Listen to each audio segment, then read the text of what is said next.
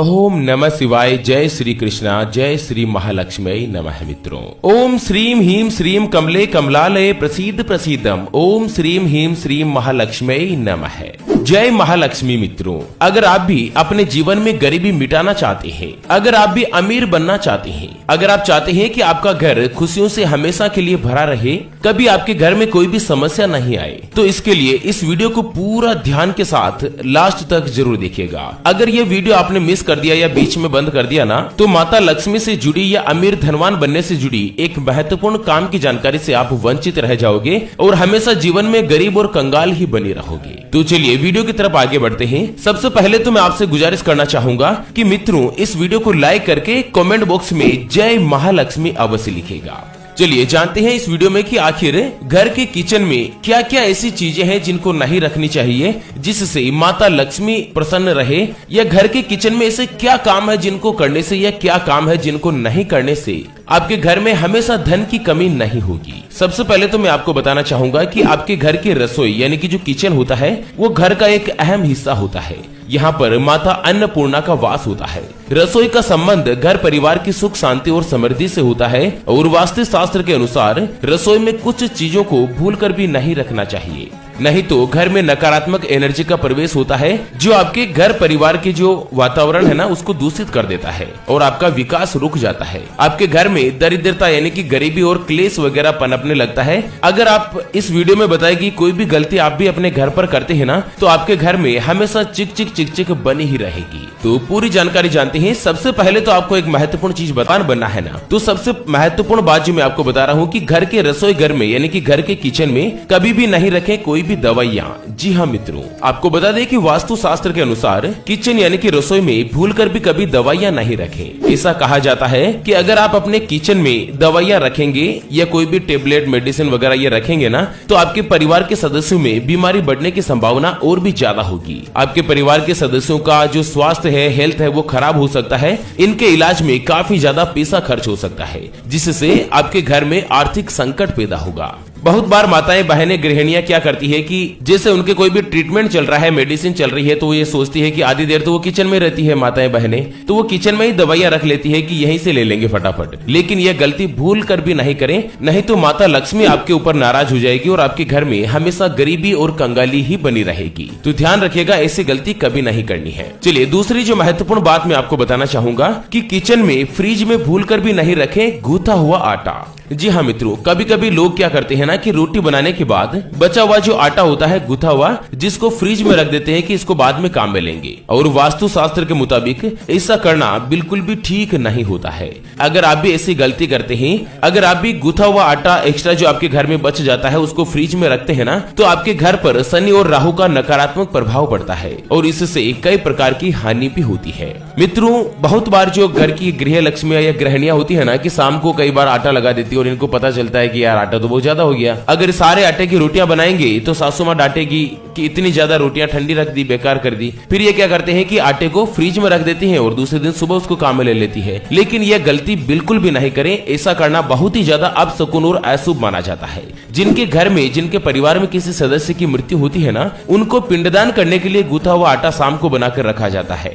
तो आप भूलकर भी अपने घर के फ्रिज में स्पेशली शाम के समय तो गूथा हुआ आटा बिल्कुल भी नहीं रखें, नहीं तो आपके घर में हमेशा गरीबी बनी रहेगी, गृह कलेश बना रहेगा और माता लक्ष्मी आपसे नाराज हो जाएगी। पति पत्नी के बीच भी लड़ाई झगड़ा बना रहेगा और परिवार में कहीं ना कहीं ऐसा माहौल बना रहेगा कि आप कमाते 10 रुपए है, खर्चा 15 रुपए हो जाएगा। तो भूल कर भी अपने घर में गुथा हुआ आटा नहीं रखें। चलिए जानते हैं घर के किचन से जुड़ी कुछ अन्य महत्वपूर्ण बातों की तरफ। लेकिन उससे पहले एक महत्वपूर्ण बात मैं आपको बताना चाहूंगा कि जिंदगी में आप कई ऐसे लोगों से मिले होंगे जो बहुत ही ज्यादा मेहनत करते हैं, तो वहीं कुछ लोग ऐसे होते हैं जो बहुत कम मेहनत करने के बाद भी बहुत ही आगे तक पहुंच जाते हैं। मित्रों, जिंदगी में कुछ ऐसे लोगों से भी मिले होंगे जो लगातार दिन रात मेहनत करते रहते हैं, लेकिन फिर भी आखिर वो वह चीज हासिल नहीं कर पाते जिनके वो हकदार होते हैं। ये ग्रहों का खेल नहीं तो और क्या है। और इसी के समाधान के लिए हम आप तक लेकर आए हैं आपके अपने जीवन के बारे में व्यक्तिगत यानी कि पर्सनलाइज्ड कुंडली, जिससे आप घर बैठे ये पता लगा सकेंगे कि आपके 9 ग्रह आपके बारे में क्या कहना चाहते हैं।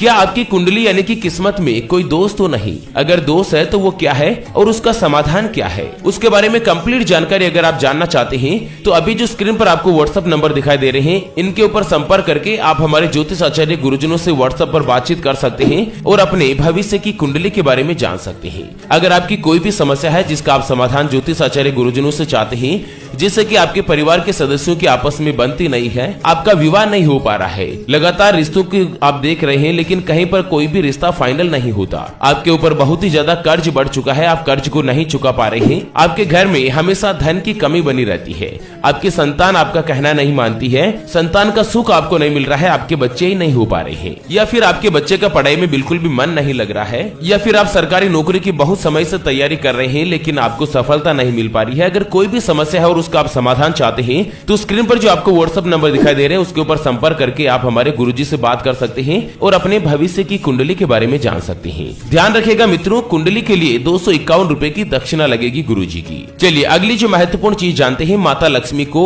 अपने घर में बनाए रखने के लिए कि घर के रसोई में भूलकर भी नहीं बनाए मंदिर। जी हाँ मित्रों, वास्तु शास्त्र के अनुसार आप अपने घर की रसोई में भूलकर भी मंदिर नहीं बनाए और न ही किसी देवी देवता की मूर्ति को रखनी चाहिए, क्योंकि रसोई में सात्विक और तामसिक दोनों प्रकार के भोजन बनते हैं। हिंदू धर्म शास्त्र में प्याज और लहसुन को तामसिक भोजन के अंतर्गत रखा जाता है। ऐसे में आप अपने घर के रसोई घर में कभी भी मंदिर नहीं बनाए, मंदिर आपका घर के ईशान कोण में होगा तो ही बहुत ही अच्छा होगा। चलो ये तो हुई कुछ काम की जानकारियां। उसके अलावा एक और महत्वपूर्ण बात मैं आपको बताना चाहूंगा कि अपने घर पर जो गृह लक्ष्मियां होती है ना, माताएं बहनें आपकी पत्नियां, वो अड़ोसन पड़ोसन को कुछ चीजें उधार में देती रहती है। जैसे कि किसी की शक्कर खत्म होगी तो आपके घर में शक्कर मांगने ले आई, चीनी वगैरह, या चाय पत्ती खत्म होगी तो चाय पत्ती आपके घर में मांगने आ जाते हैं, या आपकी पत्नी भी किसी और घर में मांगने जाती है। तो ज्योतिष शास्त्र में और वास्तु शास्त्र में कुछ ऐसी चीजें बताई गई है जिनको भूल कर भी किसी अन्य को ना तो उधार देना चाहिए, नहीं तो आपके घर से माता लक्ष्मी हमेशा के लिए उनके घर में चली जाएगी, वो अमीर बन जाएंगे और आपके घर में धीरे धीरे गरीबी आने लगेगी। तो कौन कौन सी वो चीजें हैं? सबसे पहले नंबर पर आती है हल्दी।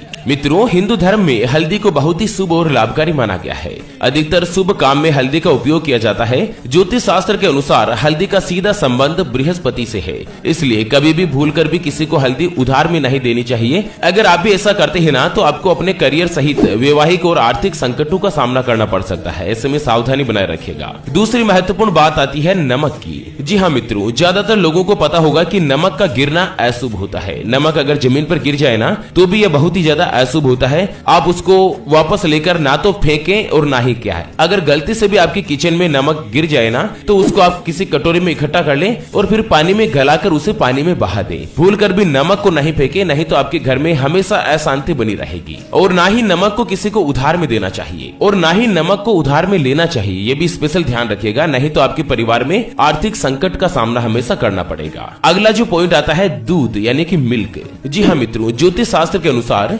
दूध का सीधा संबंध चंद्रमा से माना गया है, इसलिए दूध या दूध से बनी हुई चीजें किसी को उधार देना शुभ नहीं माना जाता। खास तौर पर सूर्यास्त के बाद भूलकर भी किसी को दूध उधार में नहीं देना चाहिए। अगर किसी के घर में कोई भी मेहमान आता है और आपके घर में दूध मांगने आ जाते हैं ना तो उनको आप डायरेक्टली मना कर दीजिएगा कि हम दूध आपको उधार में नहीं दे सकते हैं, नहीं तो आपको माता लक्ष्मी का बहुत ही ज्यादा क्रोध मिलेगा।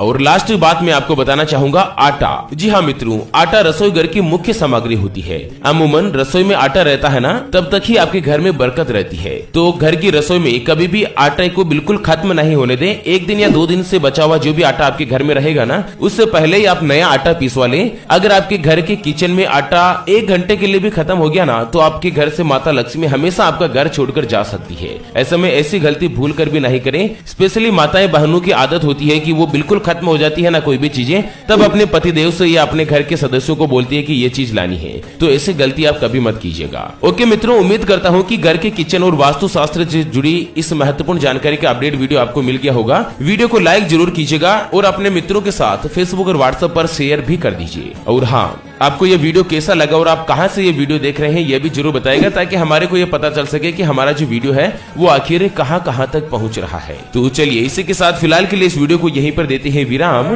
तब तक के लिए ओम नमः शिवाय, जय श्री कृष्णा, जय महालक्ष्मी।